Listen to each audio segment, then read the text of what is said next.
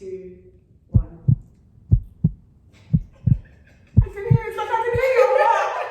Hello everyone, thank you so much for joining me. Welcome to Tea Time. I am here with a very special guest. It's been a while since I've done interviews. It's been a very long time since I've sat down and heard from somebody else's story. And there's this story that today, oh guys, my heart is booming because I just feel like doing a praise dance. And you guys at home are probably wondering, T, calm down, like, what is going on? But wait, I'm telling you, okay, I'm telling you. If you haven't subscribed, please remember to like, comment, share, and subscribe. At the end of this video, no one will tell you that you should like, comment, and subscribe. So I'm here with Toyin. Our story is one of beauty, strength, resilience. Three words are what come to me when I look at Toyin's story. From the little snapshot that I saw of the journey, I just thought it would be amazing for her to sit down and share with you guys what she went through. I've done enough talking, so I'm going to stop now and let you hear from Toyin. Hi everybody, my name is Toyin, and thank you for having me, by the way.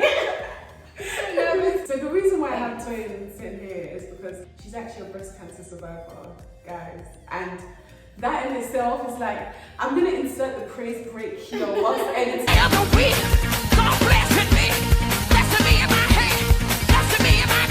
This is our first time physically meeting, by the way. I watched her first video and I was just like, she's going to get to the other side of this, and once she does, I'm going to do a sit down with her.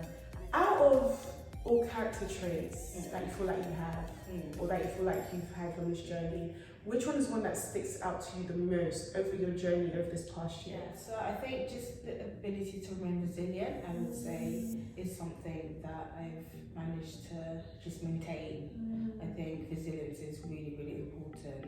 So adversity introduces a man to himself. So I think throughout my journey, I think overall from my whole ordeal, I think it's taught me that I am a resilient person, and I now know that, you know, whatever life throws at me in the future, I'm going to be able to handle it. I feel like as a people, personally, and as a world, the whole year that we just had, and we're still in, by the way, the days when it's just like, when is this thing ever going to end? Like how the toll it takes on your mental health. Yeah. And it's just like some people have been through serious adversity through this time. Yeah. And so I like that you said that it introduces you to yourself, because there are things that you never even thought you could do. Exactly. Places that you never thought you could be. Like even the strength that you never thought you had when you go through like a really tough time. Yeah. Like the pandemic has been through, like other people have been through stuff within the pandemic, which is what we're going to go into later. But you know, you see a different side to yourself. Walk me through the whole journey, but let me just specifically start on the day you found out. In fact, the day you found the lump. What did the lump feel like? Because we're told, look for a lump. Yeah. Check for a lump. Do your breast checks, right? Yeah. And that's important. Regular breast checks are very important.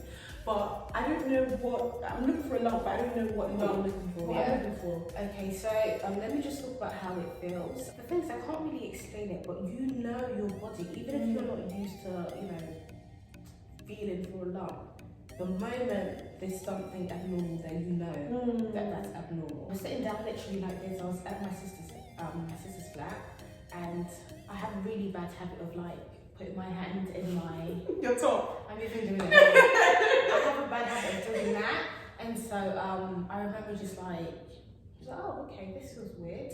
And so was it big or was it? It was quite big, and eventually you could actually see it through, like just by looking at my breast. I went to my sister, she panics and she cries and she worries. I remember like going to her, oh my gosh, like listen, feel this. And she was like, sorry, Dr. IQ now, like make sure you get seen. And so literally the next day to the GP. And this was all during the pandemic? This was during the pandemic. This was on the 16th of May. This was on the 16th of May, so the day after my brother's birthday. Wow. And I went to the GP, and she's like, you know what, there's no history of cancer, you're young, it's probably fibromyalgia or benign, and you've got nothing to worry about. And I was like, yeah, okay, cool, you know. But she did refer me to North Mid, which so I could actually get a biopsy done.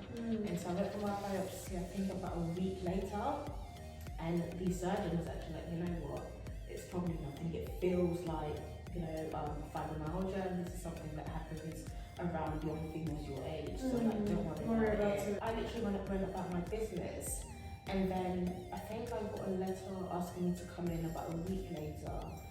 Even then, I was on my way to meet my friend. So that even then I was on my way to meet my friend. Alright, I'm just gonna get to the hospital quickly and then just come pick me up. So you expected a normal day? Normal. I wasn't thinking cancer. I was just thinking, okay, they're gonna tell me it's this, they're gonna probably try and take it out, and you know, and I was like, Fazana, just wait for me in the car park, I'll be down in like 20 minutes when you get here.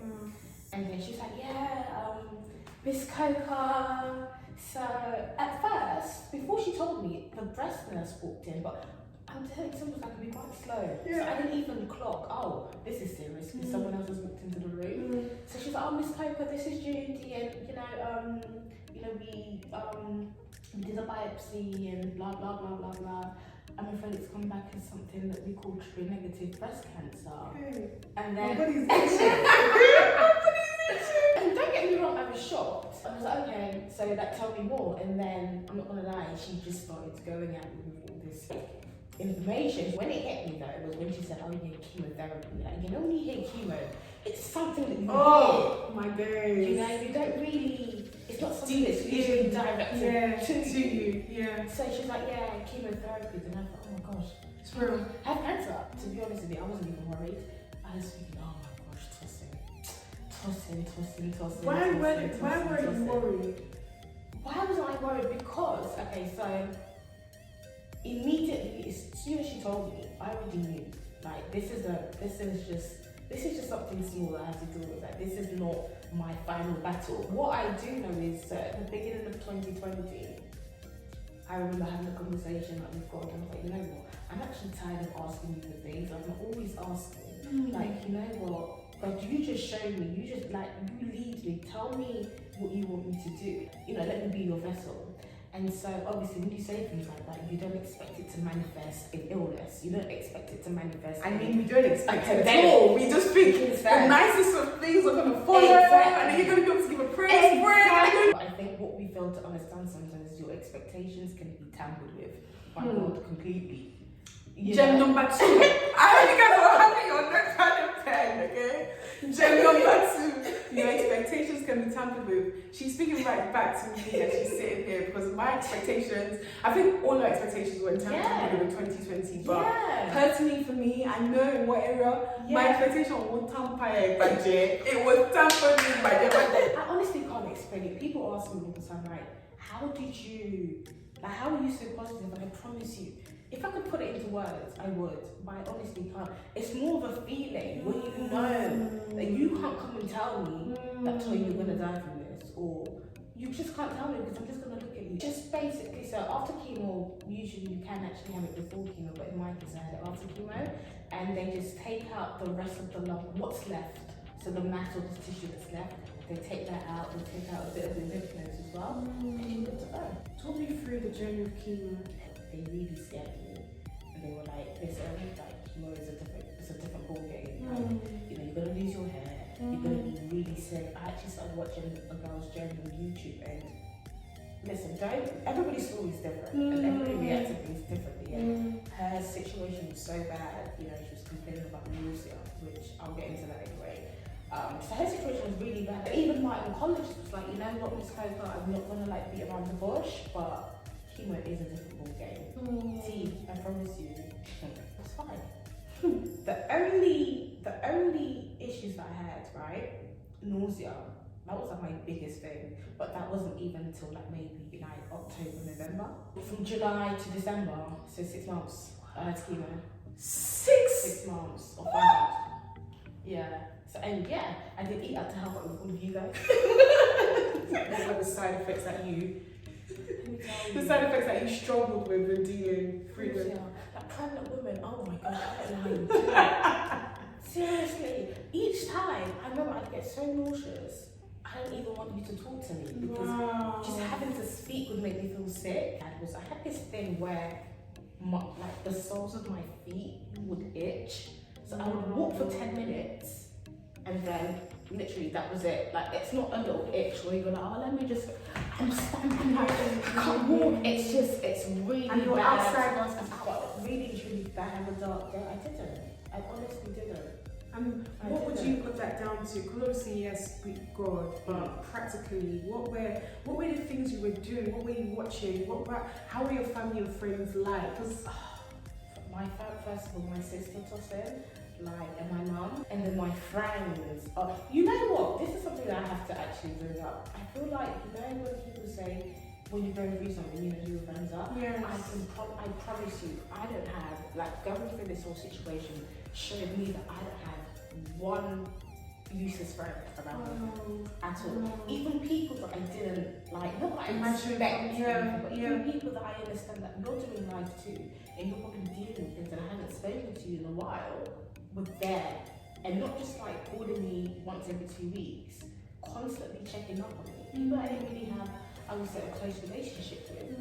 I don't know what it is. I didn't experience any negative situations with my friends. All my friends were there. You know when you can feel people praying for you. Wow. I could honestly feel their prayers. Talk me through that. You kept your eggs. I kept my eggs. I've got 14 eggs.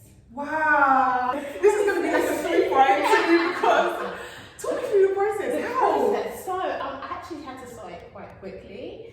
Because I was, wanting me to start chemo before anything started to spread. And so, what did I do? I had to take these injections daily. Did they hurt? No, and it's so funny because I like piercing pain. I don't like needles. I don't really mind. I like that little thrill. I like it. So so it didn't hurt. But I had to inject myself with hormones to allow me to ovulate, and that would release eggs. And then I went under anesthetic, I think maybe about 2 weeks later. And actually, you know what? When we talk about fear, I think that was one of the times I was actually quite fearful because I'd watched so many videos of people having, maybe 16 eggs and then only being able to use 2. Hey! So I was thinking, God. So that process was really easy, really quick. Did you feel any side effects? Oh my gosh, the cramps were awful. It wasn't even period pain. It was worse. It just it was really uncomfortable. Talk me through the process of, because I actually watched the video that they only posted when you went to go shave your hair. Oh, that would break me. How was your experience? You know what? So I think for me, the worst part wasn't actually shaving my hair because before I got to that point, I was ready to, because the way my hair was falling down was disgusting. Is it like patches? Yeah, when you see movies, you wake up on the heads of a pillow. That's not an exaggeration. You wake up and your hair is on the pillow. They're not exaggerating, but before that, they were within a week, 2 weeks of chemo, it will start to fall out. My hair was still there. And I was like, oh, please, this is what they said. After this. Yeah. And so I think once, I just put my hand through my hair. Oh, my God. I messaged my friend, just didn't know. I was like, hold on, I don't know how to feel. I don't know whether to be upset, I don't know whether to laugh. I started laughing because I thought, I have to laugh. If you don't laugh, you cry. Exactly. But then again, when you talk about the people that were around me, my mum shaved her. She's got a low right now, but she completely went bald. Really, at the same time as you? Yeah, a week after. And then one of my friends, called Charles, that we're really close, and he actually went bald with me. So we went to the barbers together, and he was like, Toyin, I've got you. No, don't worry. I love that. I'm not the kind of person, I don't care. I don't really care about how people see me. That's not listen, I've got bigger fish to fry, But my issue was my head is small. And this thing, can you hear it? She's taking hearing. This thing that was on the back of my head. I was like, nah, this ain't true. You rocked that board. Can I just say, I was seeing your Instagram because it was like, yes, Toyin, you better. My last question now, we're headed home, guys. Yeah. I've been enjoying this conversation, guys. Now, walk me through the day when you were told you had an all clear. And when I went into that appointment, they just went through, okay, so, your test results came back and ordered a complete response to the treatment. And then I was like, complete response. Yeah. And with doctors, I think, and rightfully so, they try not to use certain words because it can come back and you know you told me There's this, people are betrayed, you told me that, man. yeah. You've had a complete response and I was like, okay, so Do I have cancer? Cancer, yeah. and they were like, no. And I said, okay, so can I tell my family that I don't have cancer anymore? Oh, And then they're like, yeah. Do you have cancer anymore? No. Can I tell you And then they were like, oh. And Judy, who's my breast nurse, she was like, yeah, you can tell me that I have cancer anymore. She's tearing up. She's like, I really just want to hug you. I love you so much, but I can't. I was like, no, it's okay. But she's like, yeah, you can tell me you don't have cancer anymore. But I've just finished radiotherapy, so that's just to lessen the chance of a reoccurrence. But she's like, once you're done with radiotherapy, you can go about your life. So, and I finished radiotherapy yesterday. So you finished it yesterday, girl. You said to me when we spoke earlier, you said it doesn't even feel like anything had happened. I probably the only time I knew I had cancer was when, or that I was reminded that I had cancer was when everybody else would be like, are you okay? Oh, how are you feeling? And it's like, guys, I promise you I'm fine. Like, I'm actually fine. I really can't explain it. I can't explain the grace of God. No. You did a video. Can you see? Because I was watching my videos. She's watching. I was keeping. You did a video. You did 10 things to not say to cancer patient. It was hilarious. Can you please give us 3? Somebody told me to take amoxicillin. What's amoxicillin? Antibiotics. You know when you get like throat, sore throat. Yeah, sore throat or tonsillitis. That's what they told you to do for cancer. Ain't fellows an auntie. No wonder. It's them. Another thing I would say, don't say to someone with cancer, especially someone that has breast cancer, oh, it's a free boob job. It's not a free boob job. Like, it's Why like, do you come up with ridiculous things? I need to get free boob job. Well, not really, because I'm either going to get my boob amended or taken off. And both cases are really, yes, a lot back to me. For me, it was a lot better, but I still have a scar. Actually, my scar is quite invisible, but yeah, like just don't try and make it seem like lighter. Yes, like yeah. you're getting a free. It's not really. You don't do it then. That's true. You can't do it. You're gonna die. 2 people. That's morbid. Yeah.